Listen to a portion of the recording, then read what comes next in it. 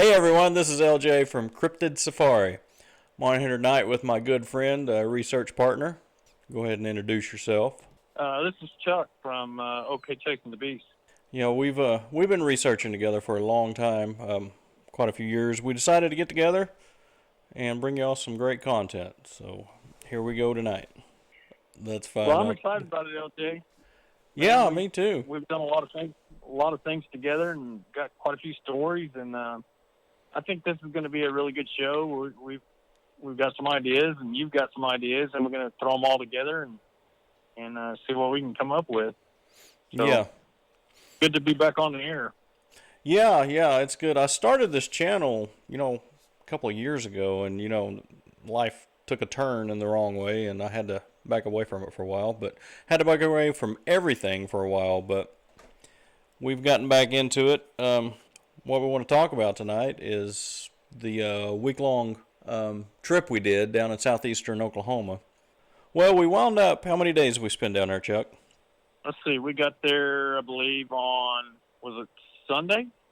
Yeah, we left late Sunday evening, and I believe it was 10 o'clock. No, That's right. it was later than that. It was probably 11:30 midnight before we got down there. Right. It was pretty late. And so we got there. We went down on Sunday, and we came back on the following Friday. You're looking 6 days we were there, I guess, if you count the night drive Yeah, down there. well, that was part of it. Heck, we were researching during that too because it was so thick. Oh, yeah. And you know what amazes me going down there, LJ, is that um, I told you the story about me and my son going down there for the very first time. And there's so many curves and winding road that I told you the story that me and my son were kind of at the edge of our seats because it was night when we drove down there, just like it was when we drove down there. And man, you just think you're going to go around the corner and there's going to be one standing in the middle of the road because there's very little, if any, traffic once you get down there. And that thought just crosses your mind. It's kind of a creepy, I'm glad to be here kind of moment, Yeah, it does. sort When of. you're driving down there like that, I mean, it's feasible to think that, hey, something's going to pop right out here on the road because it is so wooded down there, so thick. And the roads, driving at night, it was, I've been down there before, but it was during the day, and I didn't drive. So, and I haven't driven in the mountains since I left Colorado. So it was it was a learning experience for me again. Yeah, we just took our time and weaved down through the mountains, but unfortunately, nothing jumped out in front of us. Heck, we didn't even see any deer or anything. That's what No, surprised me. there was no wildlife anywhere near the road anyway. Yeah, we were a little disappointed when we started on our trip because we had invited several people, but life gets in the way and they weren't able to make it, and it wound up just being Chuck and I, and we just had an awesome time. We got down there, like we said, 10:30, 11, somewhere in there. We got all settled in. Um, I think we jumped in the shower, got in bed, and got up early that next morning, which was a Monday morning. The tents that we were sleeping in just wasn't very homey, was it, LJ? Yeah, yeah, you could say that. We have a buddy that has a log cabin. I'm not going to mention any names, but Hmm. he allowed us to have access to the cabin, and we stayed in the cabin all week. Had hot showers, hot meals, and man, it was nice. Um, I know we can't do that all the time, but it sure can be really easy to get addicted to those kind of uh, places to stay. Yeah, it was definitely a step up from what we're used to. Even when the rain rolled in, it was like, hey, we're nice and dry in here. We're not in a drippy tent. That's right. Yeah, we didn't have to wade in mud when we got up to go use the bathroom or anything, and there was no tree pushed over. Remember that one that almost fell on your tent that someone pushed over on it? Oh yeah, that was that was a crazy week. Uh, course, Yeah. that was in a completely different area. Yeah, yeah, and that's a completely different story. I mean, we could go into a whole episode on that one alone. Yeah, we can tell that one some other time. Well, Yeah, you yeah, we sure can. want to go into day one? Well, day one, like I said, we got up that morning, got dressed and everything, got ready, breakfast in us, and I had brought my four-wheeler, and I've grown accustomed to taking it because you can cover so much more ground, and you can get into places that you can't get a side-by-side or a regular vehicle. I've gotten quite used to it. I don't know how to say it. I rely on it, I guess, would be the way I'd want to say that. But yeah, we got around. We got a hold of our friend. He had a four-wheeler there, and we decided to get it all loaded up. And no, that day we didn't load them up that day, did we? No. We just took off riding Right, it was in the that second area. day. Yeah, the second day is when we loaded them up. But that first day, we got into an area that I had been in about 3 years ago. And this is an area that people don't go. It's really hard to get to. The roads are not managed. It's just a really rough area. Well, it's an old But we got in there and started. Do what? it's an old logging trail to begin with, so those Right. roads that road hadn't been used in probably forever, and it was all beat up. Yeah, it was. I don't know. Who knows? 10, 15 years, 20 years maybe the last time someone had driven down it, it looked like. Yeah, We don't know that, but that's what it reminded you of. But yeah, we got down there.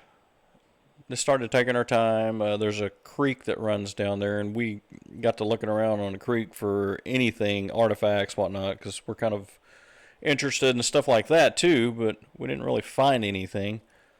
But as we progressed on into the area, we started finding several structures. I mean, it was pretty obvious that they were there. As we kept on, the thing that caught our attention right away was rock stacks.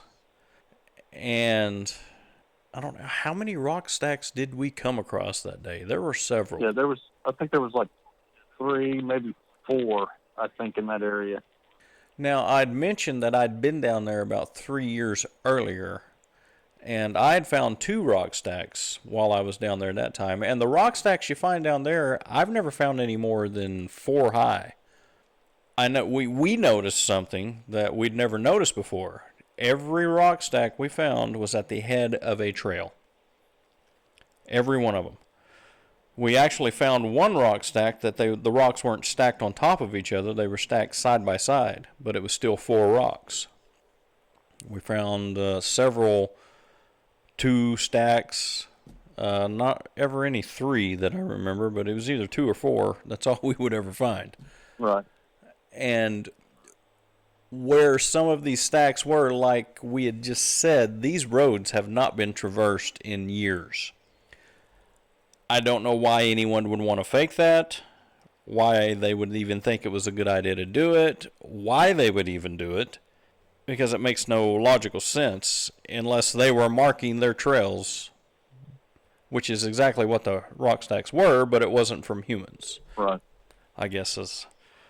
So But yeah, structures, there were structures just everywhere in there. I mean, we could spend a full day documenting them and never even get all of it documented. And of course we didn't find them all, but the ones that we did find they were just everywhere. they were, and the one thing that really amazed me that day was we were going down the trail, and you had stopped, and I pulled up beside you, and you said, "Look over there," and I looked over there, and there was a cave there that had a waterfall coming down on top of it, and well, it's kind of hard to describe, but anyway, that's the first time I've ever noticed anything like that in that area, and that was just really unique. And I had a buddy of mine ask me the other day, he said, "Would you guys go down in the cave?" And I'm like, "No, because there's hogs down there, there's cougars there, and why take a chance running into something like that? We'd rather run into to a squatch than to run into a mountain lion or something. But that whole area right there was kind of a unique area. I'd never seen anything like that down there before. Yeah, now, I didn't tell you the backstory on that waterfall. I actually had found that 3 years prior to that, and that was kind of my little secret. Ah, So I was saving it. Yeah, see, you didn't know that. I'm just now divulging that secret, but yeah, it was definitely worth stopping and visiting, and I have that on video, and we'll try to get that incorporated on this so people can see it. and I think the other thing that really amazed me that day was the deer stand and the feeder that we found. You want to talk about that? Well, we were looking for a place to hang a recorder, and there was a little. Well, it was a little side road. It was a trail. It wasn't a road. Someone had went in there and just beat some brush down, and they went back off the road a ways. Oh, I don't know, 20 yards, 30 yards. Yeah, It wasn't real far. something like that. But keep in mind the road was not managed, and there wasn't much of a road there to begin with. But anyway, they went in there and they hung them up a tree stand and a feeder, and we got to looking around. This stand was, oh, what would you say, 15, 20 feet up on the side of a tree? It was up there quite a ways, further than I'd seen Yeah, most of them. that's about right. Usually people don't put them up that high because it's a lot of effort to get those up there. But there was a 55-gallon barrel with a feeder on the bottom of it. Well, they had used a cable to hang those in between two trees. It had been there so long that the trees were growing around the cable. There was no sign of human activity around there, not any recent sign. But anyway, we got to walking around there and just kind of investigating, and we started finding structures. Then structures. Then structures. Then we found a tree break that we haven't seen anywhere except for one place, and I believe we seen that up in northwestern Oklahoma. Yeah. And the tree, it was unique because when they broke it, the sides of the tree like split out. They busted out, but it didn't break all the way. And it was just very unique. We'd never seen anything other than that one other time. And we got to looking on, there was a major trail, and it's, once you know what you're looking for, you can distinct from a game trail versus a squatch trail. Mm-hmm. Because once you learn how to read those, it's very obvious. And there was definitely one running along the bottom of the hill where the deer stand was. And it was a fresh one. It was used quite recently. Have you even reviewed that audio on that recorder yet? No, I haven't. Of course, folks, you got to understand that I go all out when it comes to audio because that's what I want to catch. And we've all kind of talked about this before. It's, you can debunk tracks, you can debunk photos, but one thing that's really hard to debunk is audio. And I love trying to catch audio. So when I go to a place like we went to, I'll usually bring 6 or 7 recorders and place them in all different kinds of areas. And so, I've got probably 48 hours on each one of those recorders that I have to go through individually to see if I've caught something. So it takes me a little time to do some of that. I have listened to approximately 40, no, I don't even think that much, probably 30 hours of one recorder we had in a different spot. And I think I did catch some tree breaks snapping back in the wood line, but I haven't checked that one yet. Of course, I need to, because I'm, as much activity as we had going on down there, I'm sure I probably caught something. But back to the... Yeah, and that's one thing I was gonna say on this is we're probably going to do multiple shows on that trip because so much happened. We can't really condense it all down into one show. It's just not possible Right. to give you all the full effects or the feel of what happened and to experience it kind of the way we did. There's just no way to do it. So yeah, we'll have time to review. We caught some really good evidence, and we'll be presenting that as time goes on here. So Right. And one thing about the deer stand thing, you know, we put the recorder up, and then later on in the week, I'm kind of jumping ahead, but later on in the week, we had a pretty bad rainstorm come in.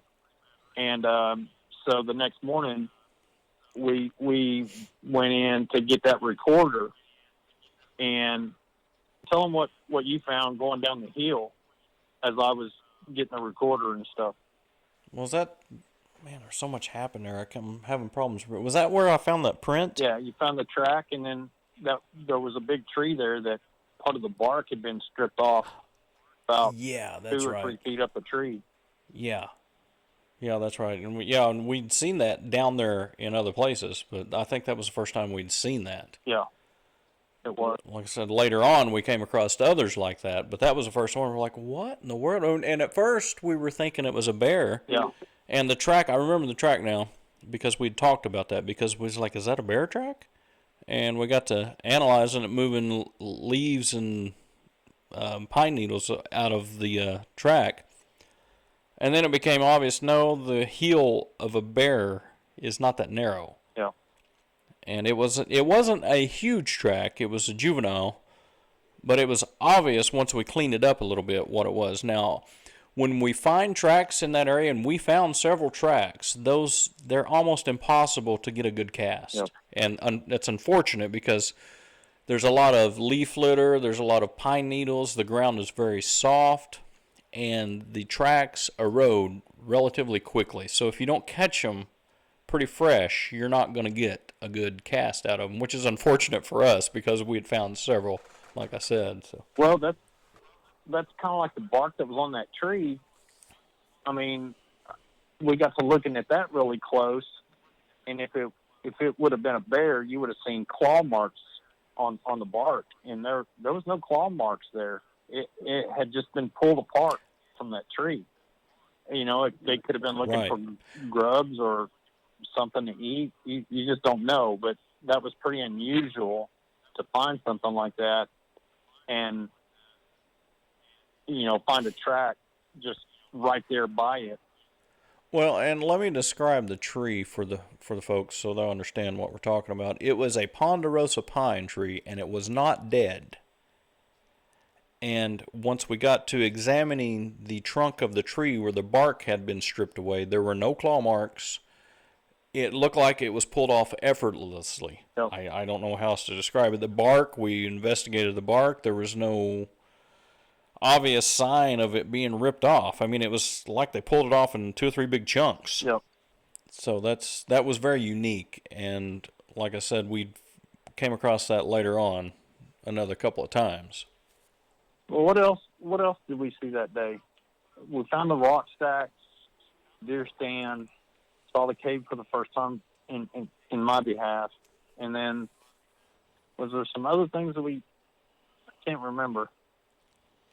It's such a long week. No, that day was pretty much uneventful. I can't even talk, uneventful. But because we had to run to the nearest Walmart, which was over an hour away because I'd forgot my hitch Oh, to that's pull right. the trailer with. So, yeah, we didn't get a lot done that day. We just got that recorder set and explored that one area, which we were probably there, 2-3 hours maybe? Yeah. And I'd kind of like to go back to the cabin and tell a little bit of a story about the cabin that we stayed in. Yeah, sure, go for it. Well, this cabin that we stayed in, I've been there quite a few times. I took my son down there the first time that we went, and it was just me and him. On that particular trip, I actually found a track that was about 40 yards from the cabin. This buddy of mine that owns the cabin, he didn't think there was any Bigfoot in that area around his cabin anyway. So I was able to cast that track, and it actually turned out to be a pretty good cast. And folks, if you studied footprints and know what you're looking at, you can always tell the difference between a Bigfoot track and a human track. And the way you tell the difference is on human feet, on the bottom of the feet, the dermal ridges or the ridge lines of the skin are in a circular pattern. And on this particular track that I casted down there, the ridge line went straight up and down on the foot. They had no curls in it whatsoever. So it was actually a really good track to cast. And I did cast that track, and he actually has it in his cabin now. But the thing is there's a female squatch that comes around the cabin. She's been seen several times. They've also seen her with maybe one for sure, maybe two little ones with her. And she's not very big.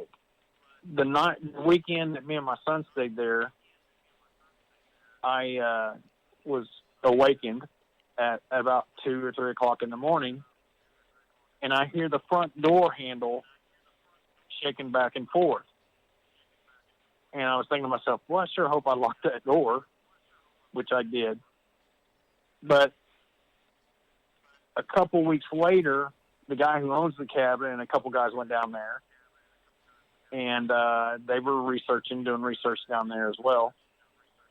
And they woke up one morning, and somebody had forgotten to lock the front door, and the front door was wide open. I think my belief is they had a visitor. But we kind of anticipated when we went down there that there was a possibility that we might see the female, which we never did. But there were some crazy things happen, and I won't go into that in detail, but just yet. But we had got a lot of good reasons to go to where we went, and it was like finding a gold mine, pretty much, with all the things that we saw that week and experienced that week. It was absolutely the right place for us to go. Yeah, I'll definitely agree with that statement. So let's, you want to talk about the second day? Well, the second day, we had kind of got our ducks in a row. We got a feel for the area, so we kind of knew what to expect. Now, let me back up just a bit. Another research friend of mine that I've been out with in Texas and whatnot several times, a good friend of mine, he'd actually been in that area, a few months prior to that. And he drove around, and he actually identified a really good area, and he marked it with his GPS with a pin drop. Well, before we left to go down there, he sent me that pin drop. So we were kind of anxious to get down in that area, which was about 45 minutes from where the cabin was. Well, by this time, we were able to load up the four-wheelers on the trailer, and we ate breakfast and took off. Well, we followed the pin drop into this area, which was about 4.5 miles off the main road. Now, mind you, if you don't know this area, if you've never been there, you're probably not going to find where we were. Right. We wouldn't have found it, like I said, if we had not have had that pin drop.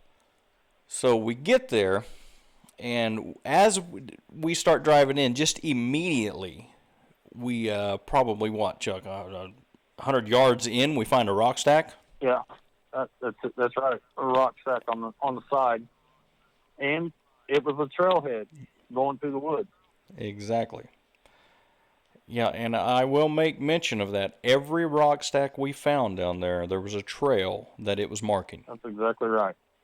And, yeah, so we'd never put two and two together. I'd never looked at that before. When I found them, found lots of rock stacks, but I'd never looked around and noticed a trail. Now, knowing what we know, there was probably a trail there. We're thinking that those are trail markers is what those are. It's the only thing they really could be from what we found. You know, anyway, we get there. I'm sorry. One thing I want to say is for the longest time, I thought that tree breaks or limb breaks were trail markers as well. And I don't know for sure if that's what those are for now. I think what we found down there was a pretty good indication that the rock stacks represent a trailhead. So what the tree breaks mean, there's so much that we don't know. And folks, that's why we go where we go, is see if we can pick up a pattern or find something that will point us in the right direction. And I think the rock stacks that's a pretty good example of what I'm talking about. And I think almost for certain that the rock stacks represent a trailhead. Well, you'd mentioned tree breaks, marking trails and whatnot. That may be the case in some areas, but the evidence we found, that did not support that hypothesis. Right. I can't really explain them because it's just like they're random. Right. I don't understand why. Well, is that their weight set? Are they out there flexing their muscles? And I don't know. Well, remember when we went to the lake and a lady had called us and she said that she had them around her house, and we went out and spent the weekend, me and you and a couple other members of the team, and we went out onto the wildlife management area that was close to her house. And do you remember we found tree breaks probably every 50 to 60 yards apart, and they were just all down through the forest? You remember that? Yeah, I do remember that. Now, in that case, I think there was a possibility of that being some kind of directional path, because those tree breaks were almost in a straight line down through there. And I remember taking pictures of that, thinking, I think we're on to something here. But after this week that we spent there, it was a completely different story. Right. Yeah, so I'll continue on. We got there, we got the four-wheelers unloaded. Chuck found a good place to hang a recorder. We kind of walked around and surveyed the area. This was a primitive camping area that we parked at. And there was, I think, 2 other roads that intersected that area. Like I said, you really had to know where you were going, and fortunately we had a pin drop. So we get on the four-wheelers and we take off. Now, mind you, the whole time driving in here, this 4 or 5 miles, whatever it was, we're seeing structures on the right side of the road, left side of the road. They're just everywhere. Yeah, it was amazing. And they started pretty much immediately after you left the road, the main highway.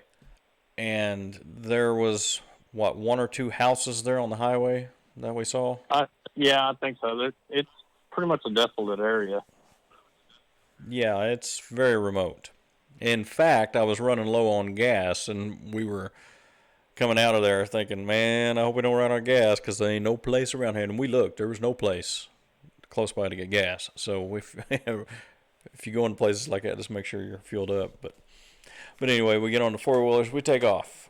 And there's a sign as we drove in that said no off-road vehicles except on, marked trails or something like that. Trails and roads.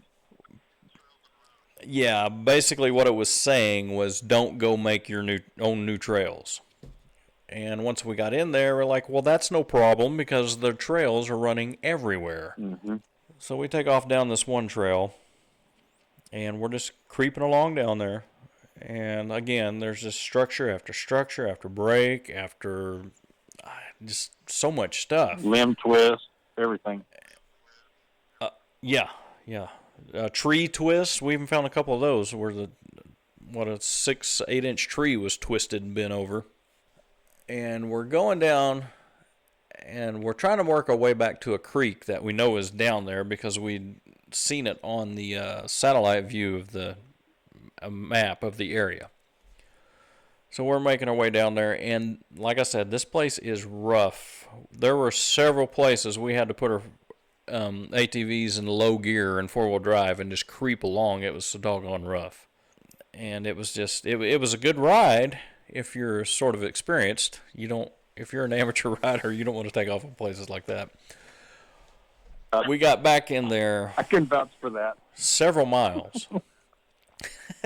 Yeah. We had quite an experience a couple of days later, but we get down there, we find the creek, we get back in there. There's a nice primitive camp area, and people over the years had carved their initials and stuff in the trees, and and it was just really neat. You're 8 miles away from any highway at this point where we were, completely out in the middle of nowhere. There is no sign of human activity, minimal human activity. There's not even very much trash around, and usually you'll find trash just about everywhere. Well, you didn't find a lot down there. No. I don't think we found hardly any trash unless it was in a camping area, did we? No, other than that whiskey bottle that was in the tree, remember? Yeah. But anyway, we get down there, and Chuck hangs another recorder. We're like, man, this would be a great place to hang a recorder. Now, let me describe this area. We're in a primitive camping area that's running, a creek is running along the side of it, and it is in between two ridges. So it's a low spot, kind of a valley, and these ridges, to get on top of them, were probably 400 or 500 yards. It was quite a little hike to get on top of either one of them. So we were deep in this little canyon is where we were. And we're looking around and just trying to take in all the activity. And like I said, we couldn't spend a day and document everything we found. It would have taken more than a day just for what we found just going down in there. And so we sat there for a little while, and we continue on down the trail. Now, the trail that I guess I was leading, so I guess I chose the trail. It was pretty rough. It was a little rough. And I think Chuck was cussing me by the time we got halfway down it. But but it's going along the creek. What's funny about the 4-wheeler trip is I'd be riding along, and it was rough, real rough. And I don't have a 4-wheeler. I've ridden 4-wheelers before, but when you say the word amateur, that's pretty much me when it comes to a 4-wheeler. And so I would take my time trying to weave in, go over all these rocks, and I'd look up and be gone. I was there by myself. And I was thinking, where'd they go? And so it was kind of funny because I had to use my eyes to see partial tracks of his 4-wheeler going down the pathway so I can keep up with him. But yeah, I'm pretty much an amateur when it comes to that. Well, I'll say this, you may have been an amateur going in that day, but by the end of the week you came out, you're a moderate. You're not an amateur anymore. Yeah. So go ahead, I'm sorry, I just had to throw that in there. No, that's fine. We really pushed your riding experience and skills. You had to learn some new skills that week, especially some of the sides of the mountains we went up on. Yeah. I think your face turned white on a couple of them. Yeah, I think so too. Let's don't talk about that. Yeah, but it was a good time. I mean, if you're just after ATV riding, man, you can't beat that place. Yeah. But you better know what you're doing when you go down there, because right. You may not come back out and walking anyway. But anyway, we take off down this trail, and it's traversing along the side of the creek, and it goes quite a ways in there. We noticed that there was an increasing amount of trees pushed over the trail. Mm-hmm. A lot of them they were small enough we were just able to drive over. But we got back to this one area where there were large trees pushed over the trail, several of them, and I'm talking trees that it would take you. One guy could reach around them, but they were that big. They were, 24 inches? Yeah. 50, 60 foot tall trees pushed over. And we'd stopped and documented a lot of that. So got it on camera, and we'll be presenting some of that stuff as we go along. But we weaved our way around through these trees, and we got back to an area that we decided it was just too rough to go at that time. So we backtracked a little bit, went back over the creek, and we actually wound up getting into a area that was worse than the area we decided not to go down to. Mm-hmm. There were, again, several trees pushed over on the trail. And trees were not cut. They were pushed over on the trail. And there was at one point, we were either going to have to back out of there or get this tree that was in our way out of the way. Mm-hmm. And it was a big one. We couldn't drive over it. It was so big. And fortunately, I had a winch on my four-wheeler, so I was able to wrap my winch cable around it and pull it out of the way. But it still took quite a bit of effort. Once we got that out of the way, we kept getting deeper and deeper back into this. And at this point, we realized we were no longer on any distinctive trail.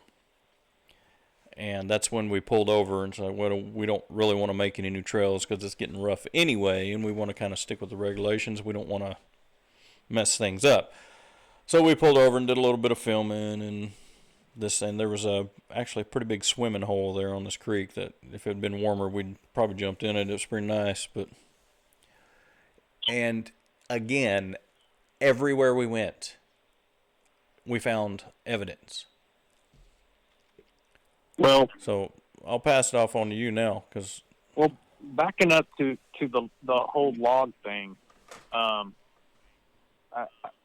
I remember hearing stories, and it's actually happened to me in a couple occasions, where they will push trees over on trails, and it got to a point during that ride that there was a log every probably 20 or 30 feet from each other, and we got some good pictures of showing the logs in a row that was on that trail.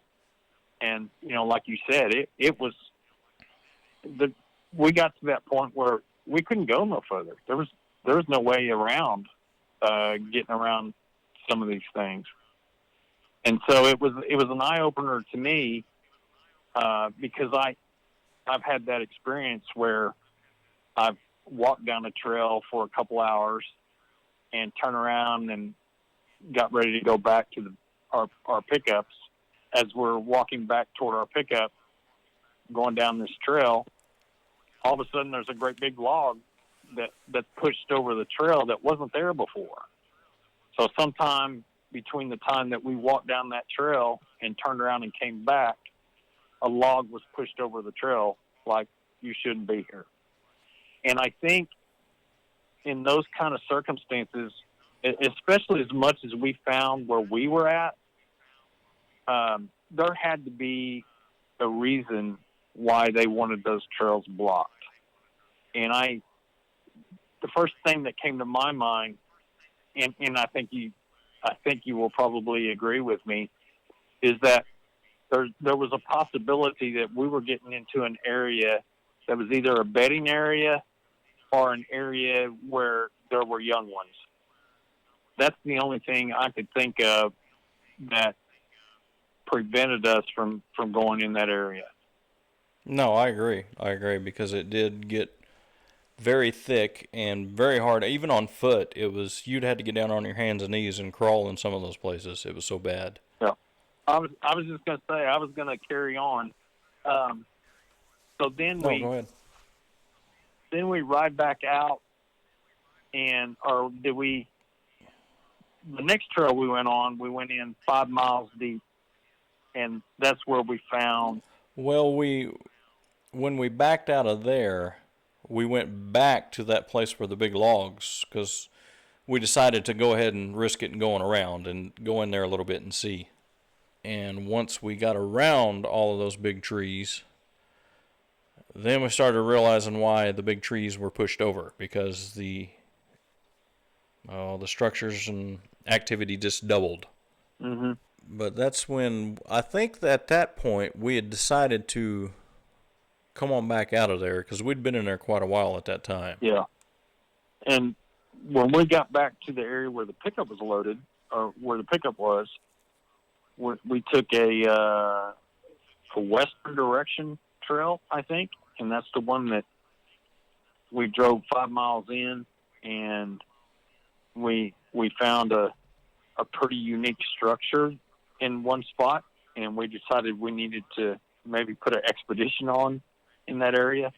You want to talk about what we found in that? They had the pond. Yeah, we went down this it was an old logging road. I don't know if it was a logging road, but it was what it reminded you of. But it had been washed out, and you could get back there with a good four-wheel drive if you wanted to abuse it, because it was rough. Even on the four-wheelers, we were creeping just to get down this road. And like Chuck had mentioned, I had clocked it on my tripometer from where the pickup was back there. It was a little over 5 miles.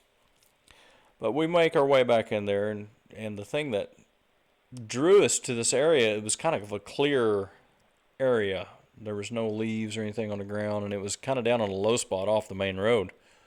Once we got there, down into it, we saw there was a little pond there, and it was brackish water. It wasn't anything you'd want to mess with. It was just nasty water. There was some structures there. There's pretty cool structures there. And this area, it was kind of up high, so you had a good view all around you. And I don't know what about it, we just fell in love with it. It was like, man, this is the place we need to hold an expedition. Because that is pretty much in the heart of everything that we had experienced, or quick access to it. All right, well, I'm walking around there, got my video camera going, and I'm just walking around pointing out different little small structures, disturbances, this and that. And I glance over to my left, and structure catches my eye, and I look at it, and it's like, oh, that's a teepee structure. So Chuck's off over by the pond doing something, and I yelled, it's like, hey, we got a teepee structure over here. And he was like, oh, cool, I'll be over there in a minute. And so I'm making my way into it. And the closer I get to it, I was thinking, man, this thing's amazing. This looks so great. Well, I get on in about 150 yards or closer to it, and I'm like, oh, it looks so good because it's actually a teepee. That's right, it was. I get up, yeah, we get up there to it, and there wasn't a canvas on it anymore, but people had went in and put the poles up, and they made it permanent. They'd had a fire pit and everything there, and it was quite obvious it was man-made. Yeah, but we didn't know that at first, and it was just, we were like, oh, wow, that thing is awesome. Yeah, and there was actually a bench there that they had made just to sit down on, and I was I think they got this was a sweat area in Maine, and I said, well, it's a purification process where they build a campfire, and there was a campfire right at the entrance, or right close to the entrance to the teepee, and they set rocks on in the fire itself, and then after the rocks get really hot, they bring them into the teepee and pour water over them. It's called a sweat, and I've seen that in some of the tribal areas that I live close to. I've seen them do that before. So it was pretty unique find. You could tell it was very old, right? Yeah, it was old. And yeah, you come across stuff like that from time to time. Actually, you find a lot of sweat structures out in western Oklahoma where we live. It's just a ritual, or not ritual, it's a custom, tradition. They do it they carry on the practices of the ancient folks. Purification process, so I think. Well, and the thing that struck us, that had to have been there for a long time, because that road was not really accessible. That's right. It was just apparently they did ceremonies and stuff there at one time, the local tribes or whatnot, but maybe just been a family, who knows, but it was definitely the Indians, and it wasn't the Sasquatch that built that. Well, it was a beautiful sight. Yeah, it really was. The ground in that area was pretty flat. Actually had some nice grass growing in that area. It would be, and probably, that's something that we could look at in the future, a place where we could go down in there. But if we took a big group of people with us, they better have four-wheelers, because there was areas in there you can't get a side-by-side down there. and you definitely couldn't get a pickup down through there. Yeah, even if it's four-wheel drive, there was so deep ruts in those roads that had washed out. You'd flip your truck over if you got into one of them. So yeah, that was. I think that's our biggest. Yeah, or side by side too. You'd flip one of those. I mean, heck, we were skirting along the edge of it on our four wheelers, and we had to stand up and lean to the side just to get through some of them. Yeah. So, but it's if you had a small trailer for your ATV, you could get a few people back in there. But it's just one of those areas. It's not for the faint of heart.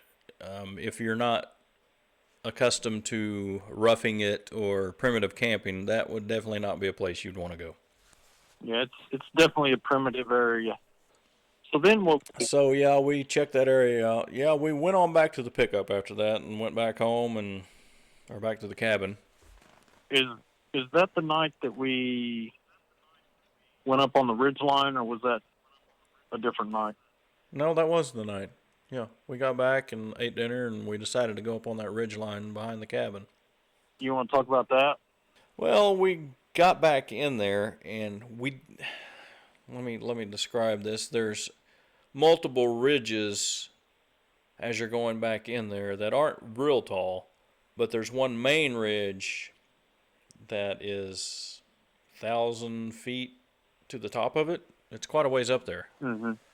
Well, we decided to set on a ridge in between the cabin and that main ridge, and this one was a small one. So we sat there, quite a while after dark, just listening. I'll let you tell them what we experienced there. Well, I remember when we were walking into that, about probably 300 yards from where the cabin was. Real thick trees, a lot of thick trees in there, and we started finding structures right before you get to the ridge line. They were everywhere, and they were nice structures too. And you got pictures of all that, didn't you? Or did you videotape that? Yes. Yeah, I've got it on my video recorder. Okay. So, it was the perfect spot to do what we were doing, and it was. We got up there before dark and sit up there on the ridge line. And what was really unique about it was that you could see on both sides of the ridge line, the one going toward the peak and the one where we had just found all the structures. All that was below us where the structures were. So we had a pretty good viewpoint where we were sitting. And we sat there and we were real quiet and listening, and as the darkness began to fall, we started hearing some yells and screams, but they were a pretty good ways away, but you could actually hear them. So we stayed up there for a little while, and then we decided it was dark enough for us to go back to the cabin. We only had one flashlight, and so we had to go back down the way we came and cross the creek. I was wearing a pair of boots that weren't very good to walk on the rocks and the trails, so I actually slipped and fell a couple of times getting back to the cabin, but I didn't get hurt. I think it hurt my pride worse than anything. Yeah, coming off the ridge, I remember that first time you slipped. You came off the ridge pretty quick when when that happened. Yeah, I did, didn't I? So, and that was pretty that was pretty much the end of. Well, didn't we hear a knock? Didn't we hear a knock that night? Yeah, I think we did hear a knock. I don't know if it was that night or another night, but I can't remember. I think we did that night. And I think we did. Seems like we did. Because I know we'd heard those distant yells. I don't know what they were, but we heard that, and it seems like there was something else, and I'm thinking it was a knock. Yeah, I think it was too. Was that the first night that we actually thought we heard something outside the cabin? Yes, it was. I woke up the next day and... Yeah. Yeah. No, that was the next night. We had heard something that night, but it wasn't like what we had heard the next night. Right. Which we'll get into later. But yeah, we did hear something. And keep in mind, there's no sign of wildlife. I'm not saying they weren't there, because Obviously they were, but they just didn't come around. You didn't see any wildlife, and that's very uncommon. Right. I mean, nothing. We didn't see anything, and usually you'll see something. Yeah, there's even a deer feeder in the front yard, and I never saw a deer around that place that week. No, at all. didn't see nothing. Seen a couple of crows. That's about it. Yeah. Well, was that the night that the rain started? No, that was. I think it was the next night, or it may have been. Yeah, because May have been. I can't remember exactly. I think the next morning we actually got on the four-wheelers and went to the first place we went so I could pick up that recorder. Isn't that right? Yeah, that's right. That's right, because we decided that we wouldn't have time if we didn't do it now. Right. Or then. Right. So that No, day that's right. Yeah, we rode back in there to get that. That day was pretty uneventful. I mean, we went into the same areas that we went before. We didn't stay very long because that was the day where it got really cold and it was kind of raining, I think. Yeah. Yeah, once we got up on top of the mountain, we were freezing our butt off. Yeah. Yeah. Yeah, we was like, let's go get the recorder and get out here. Yeah. This is not fun. So that day was pretty uneventful. I think after we got back, we actually, was that the day that's the day we went to, did we go to Broken Bow that day? Yeah. Yeah, we did. We got some groceries. Mm-hmm. So. Yep, we were resupplied. Am I leaving anything out? I'm trying to think. There was so much stuff that happened that week. No, the first 2 days were the less eventful days. It was the last two that we had the most stuff and we found the most stuff, and I think the very last day for sure made the whole trip worth the whole thing. Mm-hmm. Well, I want to thank you for getting this going. I mean, I got out and stopped my show, and I had a pretty good fan base, and I just want to apologize to my fan base. I went through some pretty tough times, and I didn't want to do anything. That week was a refresher for me, and I think we both needed that, and it brought back that passion that I once had. These last 2 years have been really rough, and we've all been through the COVID thing, and I just the election that was crazy, and I just got majorly depressed. So that's the reason why I kind of dropped off the scene for a while, and I want to thank for getting me back in and helping me get that desire back that I once had. It was a heck of a trip. So I'm happy to be a co-host on this, and I think we got some pretty good plans on what we'd like to accomplish, and there's more to come, and it's only going to get better from here. That's all I got to say, and Well, yeah. Go ahead. I was going to say, yeah, you're welcome, because I was you'd reached out to me many times during that time you were going through, and then it was like as soon as yours came to a head, mine started. Yeah. So we really relied on each other for a couple of years through that. Well, I'm glad we're back. Trying time. Yeah. Yeah, me too. So. And I had the idea of this show, a couple of years ago, and it was the wrong time. And my whole idea, the whole idea of this whole show is to do more than just tell you stories. I believe in teaching people. I don't want to keep stuff hidden from people. Maybe some areas and stuff need to be kept secret. But as far as knowledge, we're all in this together. And the more of us that are out there doing this and throwing ideas back and forth, sharing ideas, sharing the way we do things, the better we're all going to get at it. And the more productive we're all going to be out in the field. That's been my idea from the beginning of this. I want it to be more of entertainment, but also teaching. Because we all have a lot to learn from each other. We all have our own experiences. We're all good at something out there. And we can learn from each other. And that's been my whole idea. And I'm not just limited to Sasquatch, because there's a lot more stuff out there. And of course, Chuck, you and I have talked about neither one of us really wanted to have anything to do with the paranormal stuff or the UFO stuff. We know that stuff's there. We've experienced ourselves. We've had multiple experiences, but it has no place in this platform. And we don't want to go there. We want to keep this limited to physical animals that people have seen and encountered and experienced. I'm in agreement. Yeah, so we're going to go ahead and end this show here.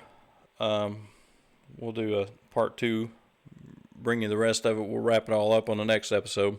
But yeah, Chuck, thanks for coming on, and I'm glad we were both able to rekindle the fire in us to do this, because both of us rekindled it last week. So yep, it was a good experience, and I'm glad we experienced it together. I totally agree. It's good to be back. Yep, and we look forward to bringing lots and lots more. So, all right, well, everybody have a good night. Chuck, you have a good night, and thanks for coming on, and we'll be talking to you soon. Sounds good, brother. Thanks for listening to the show. If you've experienced a cryptid animal in any way and want to tell your story, email us at cryptidsafari@gmail.com. You're welcome to come on to the show or just simply talk to someone who will listen. We're here for you. Remember to be kind to one another, seek the truth in love, and He will make you free. Until next time.